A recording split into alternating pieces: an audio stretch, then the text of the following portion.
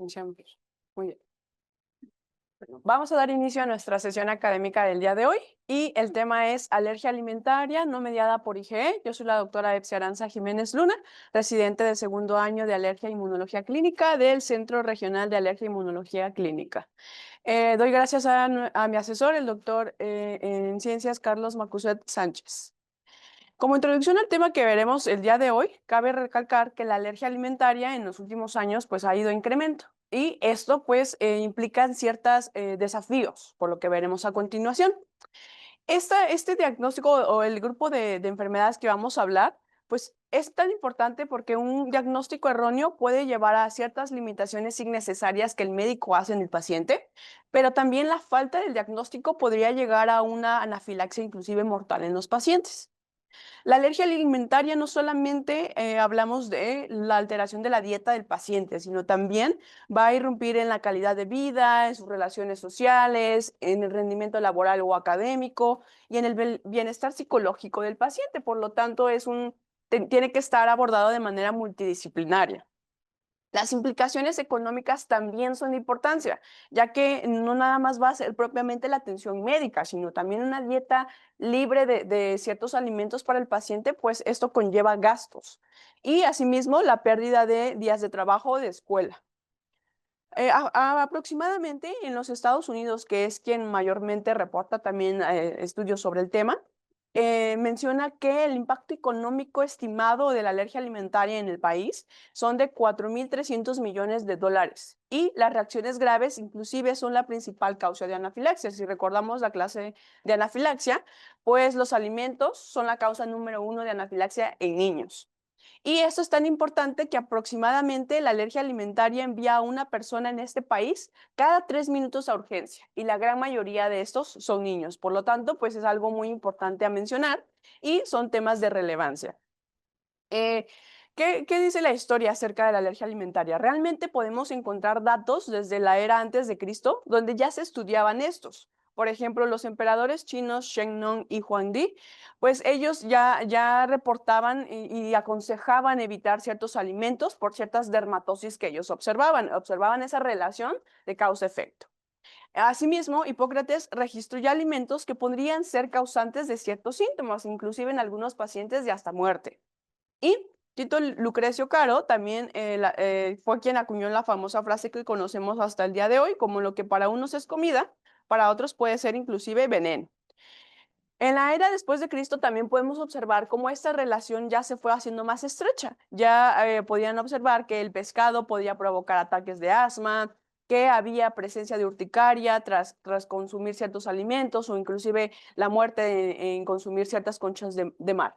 Y fue hasta 1839 aproximadamente que ya alguien como tal pues empezó a hacer experimentos inyectando inyecciones de clara de huevo en los perros y observaban que esto inclusive causaba muerte, ¿no? Cuando era de manera repetitiva.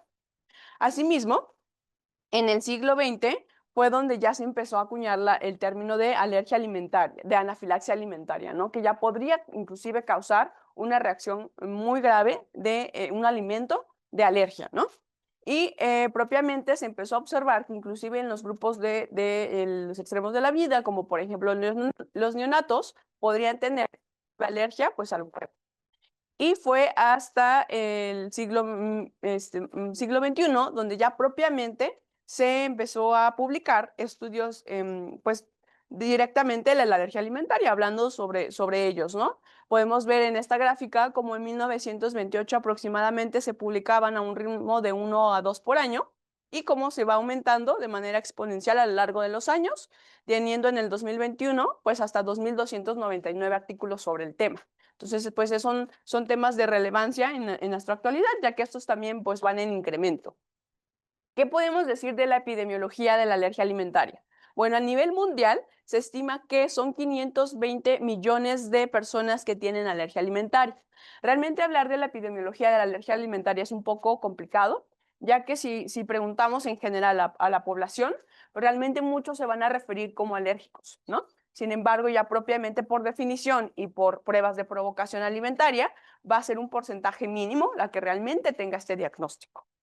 A manera general, Los niños vamos a observar que va a ser la población que mayormente va a tener este grupo de enfermedad, con un 8% a nivel mundial, y los adultos en menos 4%. Y como les digo, como tal puede ser difícil manejar algún tipo de datos epidemiológicos por las mismas definiciones. Propiamente, en nuestro país, la prevalencia de alergia alimentaria podemos observar que varía, inclusive del sitio de donde se estudie a los individuos. Podemos ver que los niños menores de 5 años son los mayormente afectados, la prevalencia estimada es más alta en este grupo de edad y podemos ver cómo disminuye a lo largo de los años hasta los adultos, ¿no? Pero si hablamos propiamente de si el paciente o el padre de familia reporta esta alergia alimentaria y nosotros como médicos tratamos de confirmarlo, vemos que menos del 1% realmente la alergia alimentaria está confirmada por una prueba de provocación oral doble ciego. Por lo tanto, en nuestro país realmente no hay algún estudio o datos epidemiológicos poblacionales que nos den una prevalencia o incidencia de estas enfermedades. A grosso modo, las reacciones alimentarias la vamos a clasificar en dos, en una intolerancia alimentaria y una alergia alimentaria. La intolerancia alimentaria van a ser aquellas respuestas adversas a algún alimento, ¿ok? Y normalmente estas van a ser dosis dependientes y van a ser no reproducibles. A estas se pueden deber a dos circunstancias, propiamente debida al alimento o al individuo que consume el alimento, en una respuesta normal de quien consuma el alimento. La gran mayoría de las respuestas de las reacciones alimentarias van a ser intolerancias alimentarias. Lo veremos, menos del 5% realmente tendrá una alergia alimentaria. A grosso modo, la alergia alimentaria la vamos a definir como aquel efecto adverso para la salud que va a ser derivado de una respuesta inmunitaria específica. Normalmente va a ser posterior a consumir o estar expuesto a este alimento determinado. Y lo vamos a dividir en tres: mediada por IgE, que lo vimos la semana pasada, mixta y no mediada por IgE, que son las que nos vamos a concentrar el día de hoy. Las no mediadas por IgE van a ser aquellas respuestas inmunitarias que van a actuar de manera principal a través de mecanismos celulares, que es lo que vamos a revisar a continuación. Y estas no mediadas por IgE, pues esa va a ser la característica, ¿no? Que va a ser mediadas por células T o algún componente del sistema inmune innato adaptativo sin que participe en la IgE. Entonces, tenemos algunos ejemplos, por ejemplo, la proctocolitis alérgica inducida por proteínas alimentarias, el síndrome de enterocolitis inducida por proteínas alimentarias, la enteropatía inducida por proteínas alimentarias y el síndrome de Hain. Hablando de la fisiopatología, todas estas van a tener en común los siguientes pasos. Número 1, tiene que haber una sensibilización inicial, en la cual, pues el antígeno alimentario va a ser presentado por la célula presentadora de antígeno en la mucosa intestinal a un linfocito T. Y este linfocito T CD4 va a tener el protagonista, va a ser el protagonista de estas alergias alimentarias no mediadas por IgE. Después de esto va a haber una respuesta inmune efectora, en el cual, dependiendo de la enfermedad de la que hablemos a continuación, lo vamos a exponer más en detalle. Vamos a determinar, van a haber ciertas células o mediadores inflamatorios características de esta.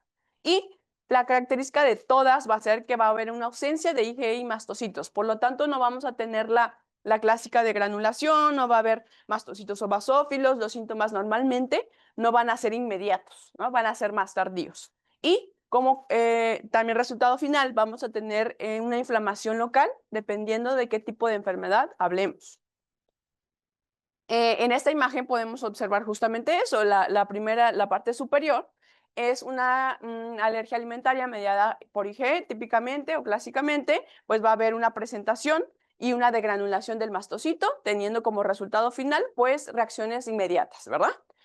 A diferencia de las no mediadas por IgE, que realmente no vamos a tener esa participación, sino vamos a tener participación de una inmunidad innata, vamos a tener como protagonista la célula linfocitoide innata del grupo 2, donde mayormente va a haber una presentación a una célula T y va a tener como resultado final ciertos mediadores inflamatorios que van a causar inflamación, ¿no?, en el intestino. Estos son los órganos gastrointestinales que mayormente se van a ver afectados en las alergias alimentarias no mediadas por IgE. Las vamos a dividir en FPAP, FPE y FPS. Vamos a iniciar con la proctocolitis alérgica inducida por proteínas alimentarias, por sus siglas en inglés, FPAP. Esta, como tal, en su gran mayoría se va a tratar de lactantes sanos con un adecuado crecimiento que van a presentar hematoquesia. Y normalmente estos síntomas van a desaparecer cuando retiremos el alimento sospechoso. A grosso modo, la epidemiología, pues esta entidad se va a presentar mayormente en una edad de semanas o meses de vida. Por lo tanto, van a ser en menores de un año en general. La gran mayoría van a ser en menores de un año.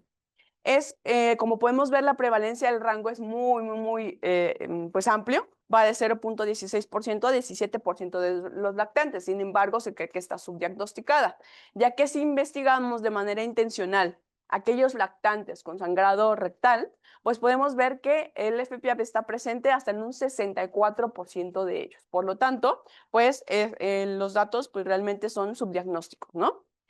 Normalmente van a estar presentados en lactantes alimentados con lactancia materna, sin embargo, no es exclusivo de ellos. De hecho, el factor de riesgo número 1 va a ser en aquellos lactantes que están alimentados de manera exclusiva con fórmula. Y el segundo va a ser la lactancia materna exclusiva. Sin embargo, aún así, no se recomienda el retiro de esta. Los antecedentes familiares o personales de atopia también se va a considerar factores de riesgo, e inclusive la exposición prenatal que la madre tenga a los antiácidos de carbonato de calcio, o si nosotros lo utilizamos ya propiamente en el neonato. Los alimentos desencadenantes van a depender de la zona geográfica de la cual estemos hablando, pero a grosso modo, aquellos lactantes con lactancia materna, pues va a ser comúnmente encontrar que la leche de vaca va a ser el mayor causante, también la soya, el huevo, maíz y trigo en la dieta materna, ¿ok? Y en los lactantes alimentados con fórmula, pues va a ser la leche de vaca y la soya. Hasta un 40% de estos lactantes pueden tener múltiples alimentos desencadenantes. Realmente lo primero que se nos tiene que venir a la mente es encontrar uno y saber que el 40% puede tener algún otro alimento que le esté desencadenando también las molestias. La fisiopatología de esta entidad, pues realmente las proteínas alimentarias, como podemos ver aquí, van a entrar de manera directa al entorno intracelular por un defecto de la tolerancia oral.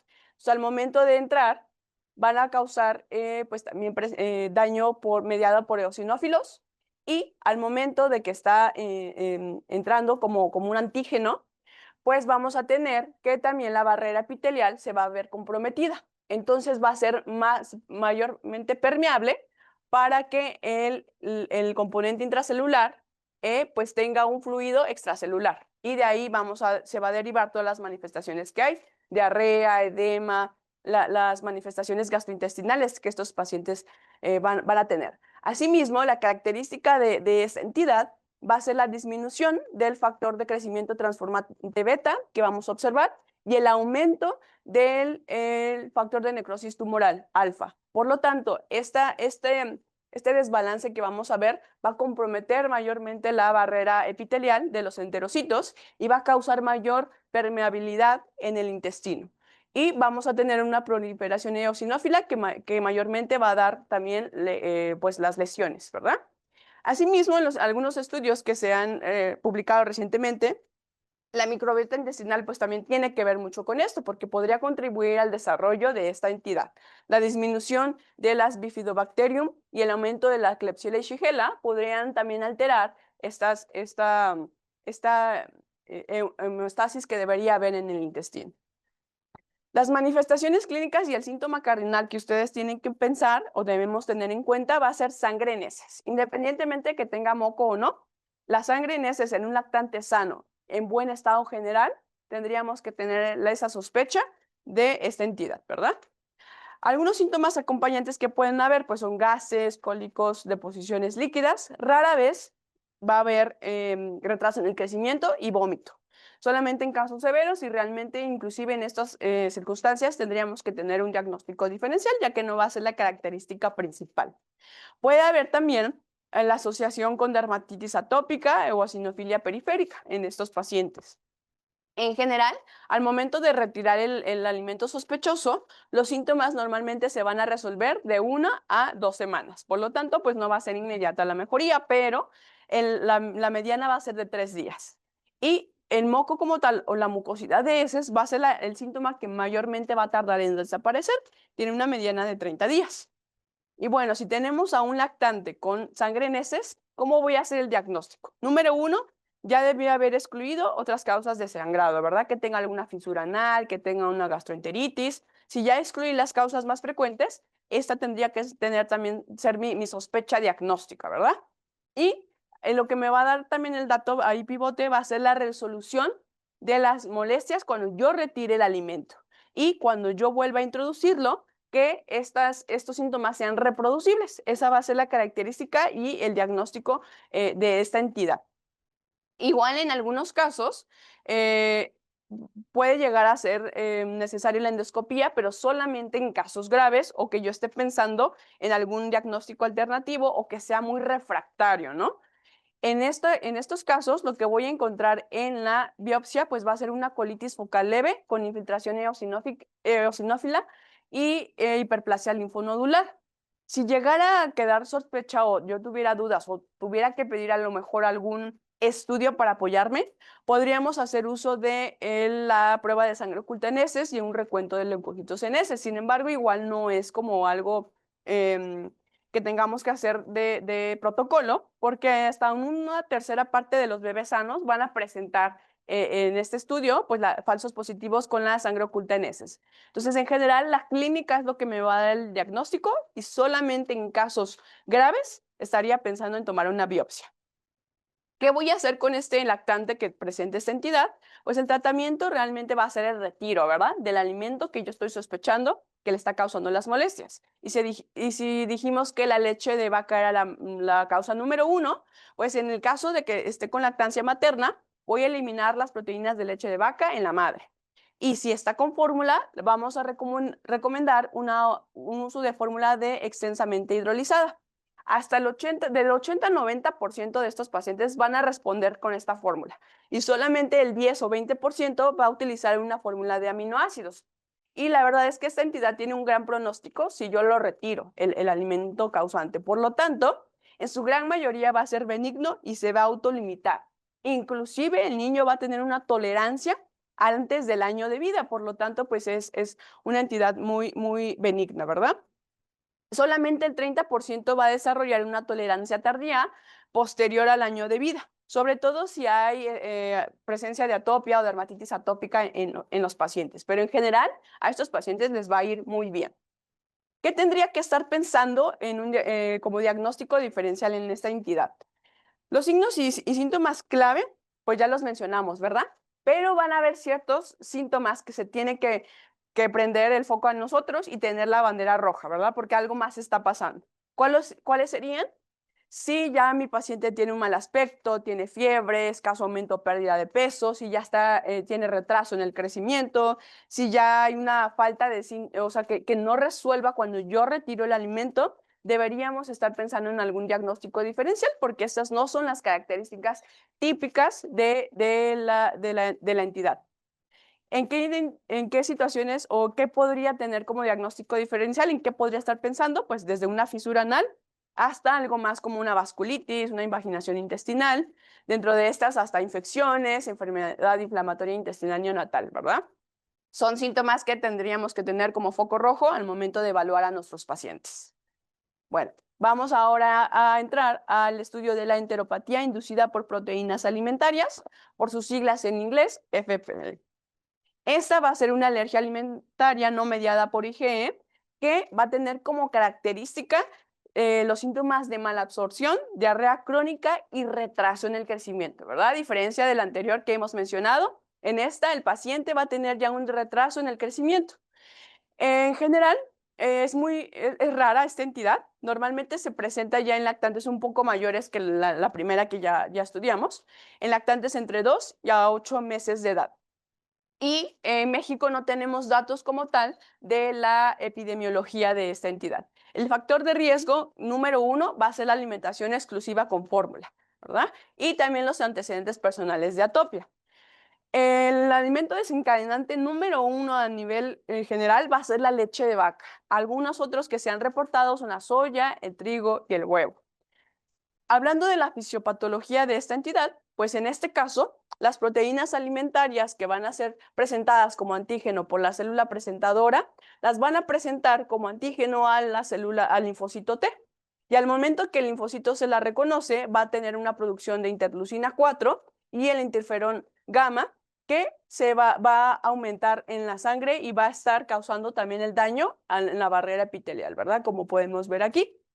Va a causar lesión en la mucosa y va a haber inclusive apoptosis de los enterocitos, como vemos aquí.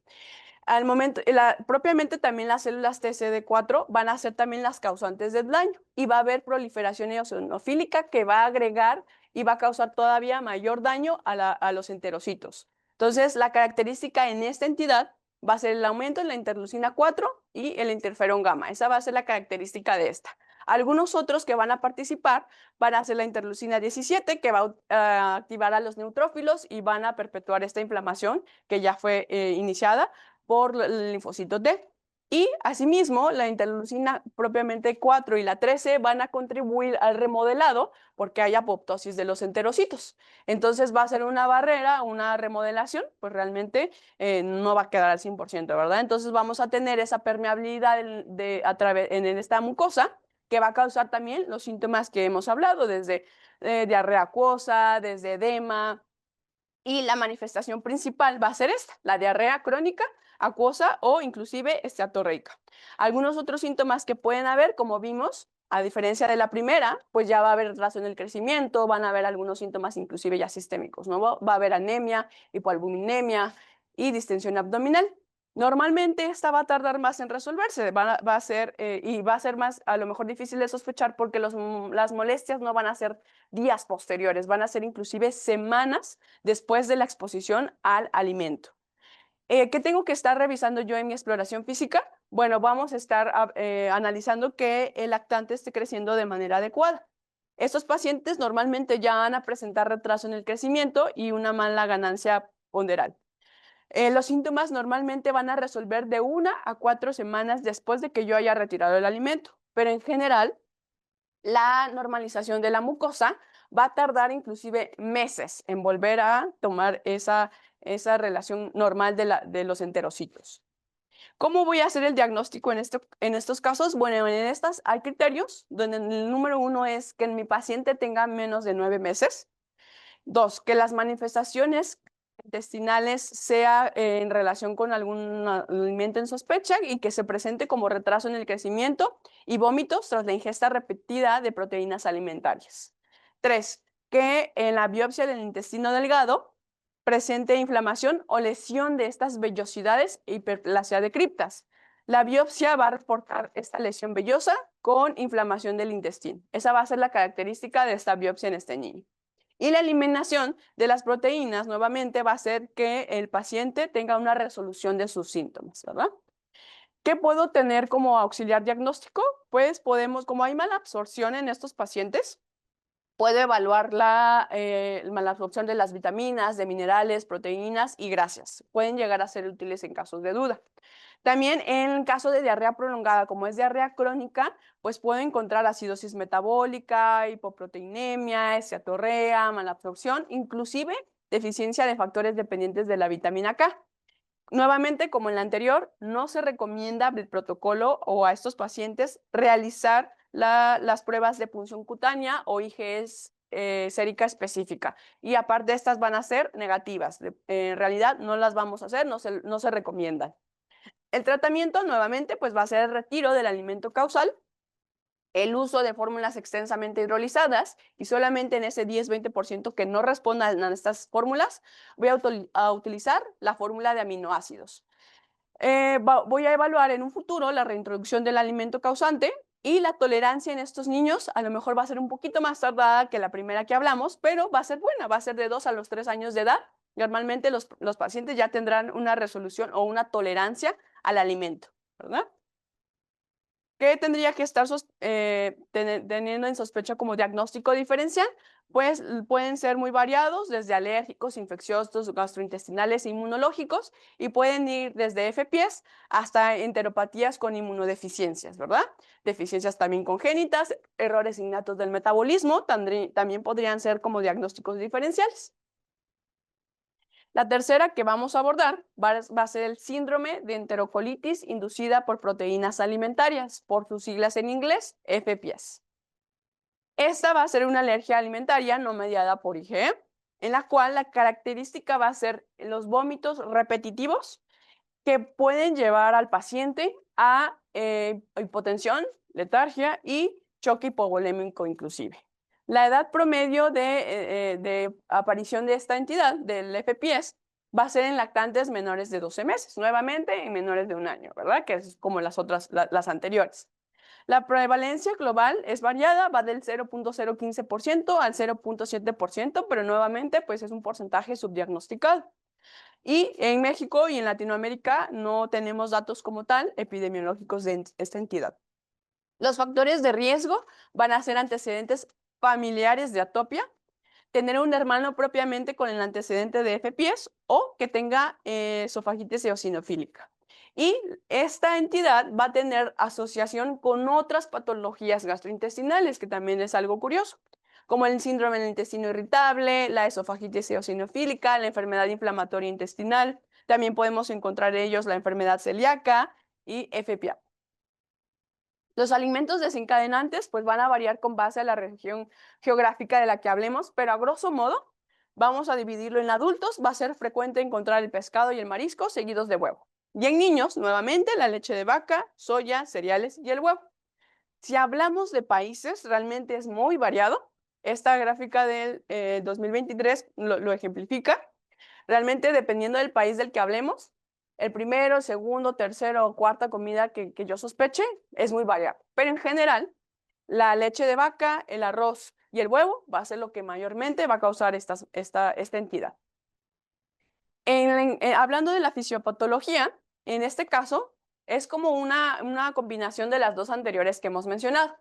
La proteína alimentaria se va a reconocer como antígeno por la célula presentadora y la va a presentar al linfocito T. Al momento de presentarlo al linfocito T, va a haber producción de la interleucina 4, aumento de la interferón gamma, el factor de necrosis tumoral alfa, interleucina 8 y el interferón gamma, ¿verdad?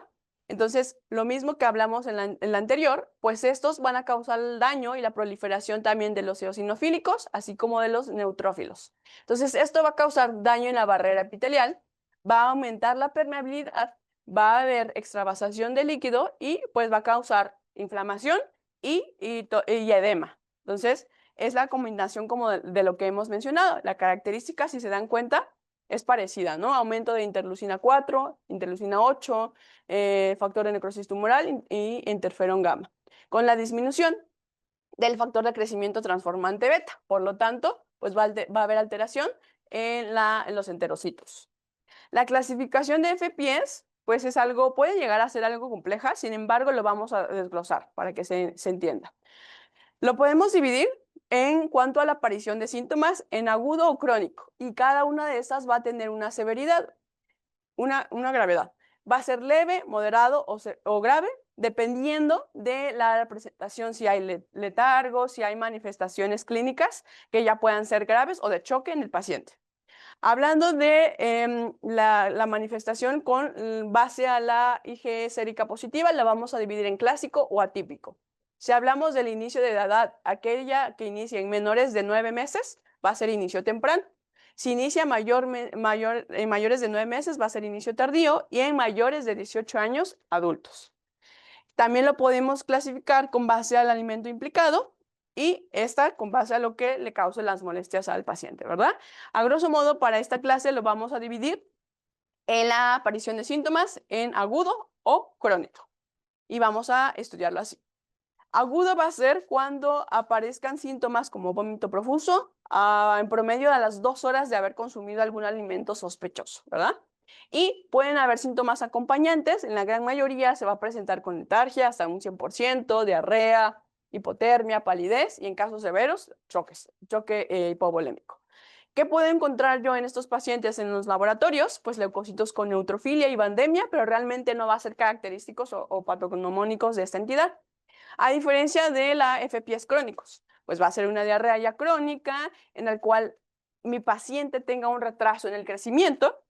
Yo voy a encontrar también síntomas de desnutrición, datos de desnutrición universal, como anemia, hipoalbuminemia, neutrofilia y trombocitosis. Y la confirmación en este caso va a ser la prueba de provocación oral, que lo vamos a ver a continuación. Hablando del FPS clásico y atípico, esto realmente va a ser algo sencillo, no hay que complicarlo. El clásico va a ser en aquella, si dijimos que es una alergia alimentaria no mediada por IgE, pues va a ser aquella que las pruebas de IgE específicas estén negativas. Y el atípico va a ser la que las tenga positivas. Y es atípico porque si es no mediada por IgE, pues técnicamente no tendría que estar presente, ¿verdad? ¿Y para qué nos serviría diferenciarlo? Realmente nos serviría para la evolución y pronóstico, ya que en aquellos pacientes con FPS atípicos van a tener una resolución más tardía e inclusive pueden evolucionar a una transición a una alergia alimentaria IgE mediada, que son las que estudiamos la semana pasada. Entonces, para eso nos va a servir diferenciarlo. Los criterios clínicos del FPS agudos va a ser aquel paciente en el cual consumió el alimento sospechoso, vamos a suponer la leche de vaca, ya a la hora o de 1 a 4 horas presenta vómitos profusos y se acompaña de al menos uno de estos criterios menores. Este es el que sí o sí tiene que estar y ese es el que puede acompañarse, ya sea con letargo, palidez, que tenga que acudir a servicios de urgencia, que tengamos que reponer los líquidos que ha perdido, que tenga diarrea, hipotensión o hipotermia, inclusive que tenga vómitos recurrentes tras ingerir el mismo alimento. ¿Okay? Y en el caso de FPS crónicos, pues va a ser la característica que va a tener la desaparición de estos síntomas cuando retiremos el alimento causante. Y también que tenga la recurrencia de ellos cuando lo volvemos a introducir. Ahora, mencionamos que el diagnóstico se hace por la prueba de provocación alimentaria. Realmente la pregunta que normalmente nos hemos hecho en estos casos es ¿cómo voy a realizar esta prueba? En este estudio de revisión sistemática de este año, en abril del 2025, pues justamente hicieron un consenso para determinar qué protocolo seguir, cuál sería el mejor para hacer en la práctica clínica. Y ellos estudiaron 52 estudios observacionales en 11 países y analizaron todos los protocolos que ellos encontraron, pues realmente habían muchos, encontraron hasta 28 diferentes protocolos y determinaron, con base al estudio de 2.429 niños y 226 adultos, y ellos recomiendan que iniciemos la primera dosis con un 25% de lo que le corresponde a mi paciente con base a la edad y al peso. Y esperarnos de 1 a 4 horas para hacer un siguiente paso. Es decir, ¿cómo lo haríamos?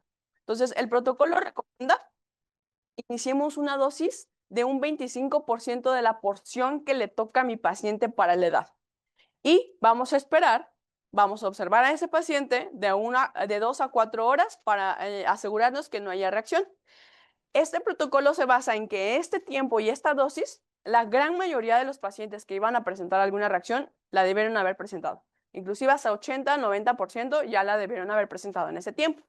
Y si no hay reacción, ahora sí vamos a administrar una segunda dosis que va a complementar el 100% de lo que nos faltó para llegar a lo que corresponde a mi paciente. Entonces, si yo le di un 25%, vamos a suponer un cuarto le correspondía a mi paciente un vasito de leche y yo inicio con un cuarto, le voy a dar 3/4 para tener ese vaso completo en un segundo paso a las 4 horas. Se recomienda obviamente estos estudios que se hagan con supervisión hospitalaria, con un acceso intravenoso para tratar, si llegara a ser necesario, pues reacciones graves. Asimismo, vamos a tener la clasificación y aquí nos sugiere qué hacer si llegara a presentar nuestro paciente en ese momento alguna reacción. Y vamos a dividirlo, la gravedad en leve, moderado, grave o potencialmente mortal. Va a depender de los síntomas que presente nuestro paciente. Si se dan cuenta, puede ser que haya vómito, pero vamos a ser todavía leve si solo lo presenta vómito y no hay actividad del estado de alerta de mi paciente, ¿verdad? Pero va a ser moderado si ya hay alteración en el comportamiento, si ya se agrega dolor abdominal, si hay otras molestias ahí agregadas al vómito. Hipotensión grave y potencialmente mortal si persiste esta hipotensión. Y eso es lo que nos recomienda el tratamiento para actuar en ese momento con nuestro paciente. En general, el tratamiento de manera aguda de la FPS va a ser la hidratación, ¿verdad? La reposición de los líquidos que ha perdido y algún antiemético, porque el vómito es el síntoma predominante en este caso. Si es crónico, también la eliminación estricta del alimento causal, el uso de fórmulas nuevamente extensamente hidrolizadas y en aquellos 10-20% que no funcione, pues ya de aminoácidos. Tenemos que tener un plan y un monitoreo nutricional, ya que hay falla de medro en estos pacientes, entonces tenemos que estarlos vigilando. El pronóstico en su gran mayoría sigue siendo también bueno, la mayoría va a desarrollar una tolerancia y dependiendo del alimento causante, vamos a tener la edad más o menos de tolerancia. Va a variar, si es de leche, pues de 3 a 5 años, que es la que mayormente tarda, o inclusive pescados, mariscos, es más tardía o inclusive es así, pueden persistir. Esto va a variar mucho con base al alimento causante. ¿Qué debo pensar como diagnóstico diferencial? Número 1, la gastroenteritis viral aguda. Por más absurdo o lógico que suene, realmente el FPS agudo va a ser el diagnóstico diferencial número 1, pues alguna infección, ¿verdad? Gastroenteritis viral aguda. Algunas otras, sobre todo en las crónicas, pues que tenga enfermedad celíaca, la obstrucción intestinal o invaginación o enfermedades metabólicas, ¿no? Ya hablando de manera crónica. Ahora hablando del síndrome de Heiner, este como tal va a ser una hipersensibilidad a proteínas de leche de vaca no mediada por IgE, que va a tener como característica la enfermedad pulmonar. Y esta realmente es rara, solamente encontré reportes de caso, muy pocas revisiones como tal, y normalmente va a ser de un inicio típico entre los 4 a 30 meses de edad, normalmente después de haber iniciado la fórmula láctea. Entonces, los factores de riesgo para esta va a ser la introducción temprana o la alta exposición a proteínas de leche de vaca, antecedentes atópicos tanto personales o familiares y el alimento desencadenante, estaremos hablando de la leche de vaca. La fisiopatología actualmente se describe como mediadas tanto por hipersensibilidad tipo 3 y la reacción de tipo 4. La hipersensibilidad de tipo 3 pues va a ser esa formación del complejo antígeno-anticuerpo en el cual va a producir las IgE contra las proteínas lácteas y va a tener esa actividad del complemento que van a dañar los capilares alveolares. También va a haber una reacción de tipo 4 dependiente de linfocitos T que van a causar depósito de inmunoglobulinas, fibrina y antígenos lácteos en el pulmón. El resultado final va a ser una inflamación. No.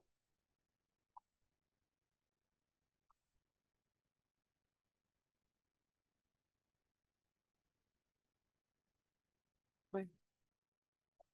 El resultado final va a ser esa inflamación pulmonar crónica y el depósito de hemosiderina, como las vemos aquí. El depósito se va a ver aquí, va a haber infiltrado, inflamación pulmonar. Las manifestaciones clínicas que podemos observar son desde respiratorias mayormente, como tos, disnea, hemoptisis. También pueden haber gastrointestinales, sistémicas o inclusive hepatomegalia y esplenomegalia. Los síntomas suelen resolver de 1 a 3 semanas posterior al retiro de la leche de vaca. Los criterios diagnósticos son estos 3.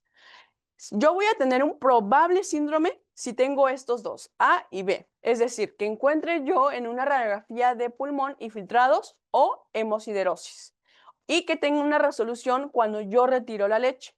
Y voy a confirmarlo si vuelvo a reintroducir la leche y vuelven a aparecer las molestias.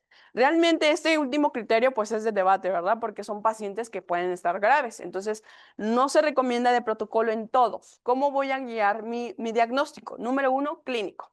Si tengo un lactante, un niño pequeño que no está creciendo bien, que tiene anemia frecuentemente, que tiene síntomas respiratorios persistentes, que no responde al tratamiento convencional, pues ahí tengo que estarlo pensando, ¿verdad? Clínico. Número 2, que haya una relación con esa leche, ¿no? Con la leche de vaca. Y que yo presente o encuentre las IgE precipitantes contra las proteínas de leche o que encuentre como tal hemosiderófagos en BAL o en el aspirado gástrico. Normalmente, y aquí va a tener también un dato pivote, la IgE sérica específica de la leche va a estar negativa, ¿verdad? Pero esa relación con la leche va a estar presente. La confirmación, pues bueno, que haya mejoría cuando yo retire la leche y inclusive en ese control del radiográfico. Gracias, Pepe. No. Ah, ok. La reaparición de síntomas tras la reintroducción. El tratamiento, pues número 1, el retiro de la leche y la educación también sobre los contaminantes de esta. El tratamiento en general va a ser multidisciplinario. El pronóstico aquí va a depender mucho de qué tan temprano hagamos el diagnóstico. Va a ser bueno si yo lo detecto a tiempo y retiro la leche. Pero si hay retrasos en el diagnóstico, pueden tener riesgo de fibrosis pulmonar, hipertensión pulmonar. Muchos niños van a desarrollar inclusive tolerancia a la leche en años posteriores. El diagnóstico diferencial puede ir desde enfermedades pulmonares hasta también trastornos por aspiración o enfermedades autoinmunes. Y una última que vamos a mencionar, que no es alergia alimentaria, pero lleva a tratarse y lleva muy frecuentemente a llegar a consulta, la enfermedad celíaca, ¿no? Nuevamente les repito, no es una alergia alimentaria, esta es una enfermedad autoinmune multisistémica que se desencadena por la ingesta de gluten en individuos predispuestos. La epidemiología de esta va a variar. Más o menos se cree que a nivel mundial es de 0.5 a 1.5% y en México de 0.5 a 0.7%. Es más frecuente en mujeres y hay 2 picos de incidencia en menores de 2 años y la tercera década. El factor de riesgo número 1 importante aquí, si se dan cuenta, no es la atopia, porque no es una enfermedad autoinmune, ¿verdad? Entonces, el número 1 va a ser genético, que tenga familiares con la enfermedad celíaca o propiamente con el HLA DQ2 y DQ8. En México va a predominar el DQ8. También que tenga asociaciones con otras enfermedades autoinmunes o ambientales, infecciones, uso de antibióticos o introducción tardía del gluten. Esta va a ser importante mencionar el HDQ2 y el 8, porque van a ser moléculas del complejo mayor de histocompatibilidad que van a tener como función presentar al linfocito T CD4, ¿verdad? Los péptidos antigénicos. Entonces, ¿qué es el famoso HLDQ2 y 8? Estas van a ser como tal complejos que van a estar formados por cadenas, como podemos ver aquí. En el caso de la población mexicana, va a haber predominio de esta. ¿Okay? Estas moléculas van a tener alta afinidad por péptidos de gliadina deaminados por la transglutamina tisular. ¿Qué quiere decir esto? ¿Cómo se va a presentar? Esto, como mencionamos, no es una enfermedad alimentaria, es una enfermedad autoinmune. Entonces, al momento de que estos pacientes consuman trigo, cebada o avena o centeno, pues el gluten como tal está formada por gliadina y glutenina. Entonces, al momento de juntar los que son proteínas del gluten, va a causar los trastornos que vamos a observar en estos pacientes. Por ejemplo, aquí vemos que el gluten, como está formado por gliadina, que es lo que explicamos aquí, y glutenina, al momento de presentarse, pues realmente la persistencia de la gliadina en las proteasas intestinales que vemos aquí, al momento de llegar aquí, se va a presentar con la deaminación, por la gliadina diaminada, ¿ok?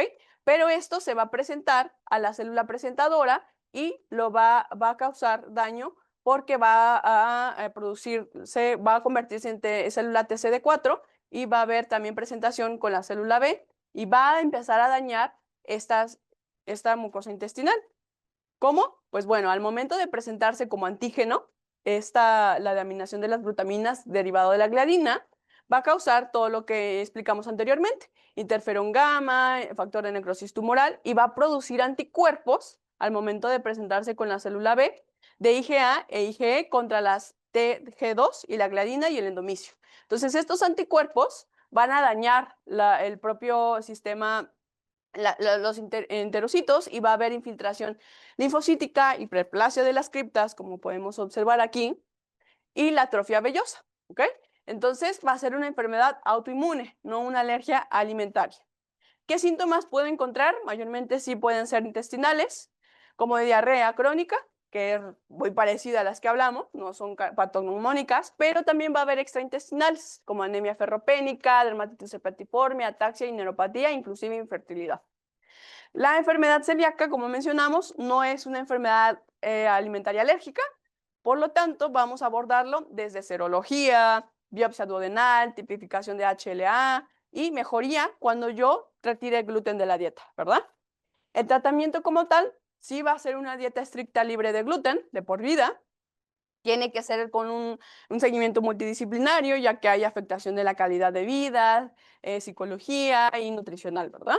El pronóstico, si el paciente tiene un gran apego a la dieta, va a ser muy bueno, pero tienen riesgo también aumentado de ciertas patologías oncológicas como el linfoma intestinal, adenocarcinoma de intestino y enfermedad celíaca refractaria si no tienen un control. Diagnóstico diferencial, pues es muy variado, es propiamente las enfermedades que hemos estudiado y también las mediadas por IgE. Por lo tanto, pues era importante que a lo mejor lo reconociéramos porque llega muy frecuente a nuestra consulta. Y bueno, como conclusiones a nuestro tema el día de hoy, la alergia alimentaria no mediada por IgE, como pudimos ver, es un espectro clínico heterogéneo, ¿verdad? Si bien comparte ciertas características clínicas, realmente el diagnóstico pues es propiamente por la observación la clínica y realmente en muy pocos casos vamos a llegar a hacer alguna biopsia. El diagnóstico es clínico y necesitamos tener ese índice de sospecha. La intervención dietética temprana va a mejorar el pronóstico, inclusive puede evitar aquellas anafilaxias que pudieran llegar a ser inclusive mortales, ¿verdad? La educación del paciente también va a ser importante, ya que como vieron, el tratamiento de todas ellas es el retiro del alimento sospechoso. Entonces eso lleva una educación al paciente, a enseñarle a leer las etiquetas y por demás. Por lo tanto, el diagnóstico, también el seguimiento va a ser multidisciplinario. Y muchas gracias por su atención.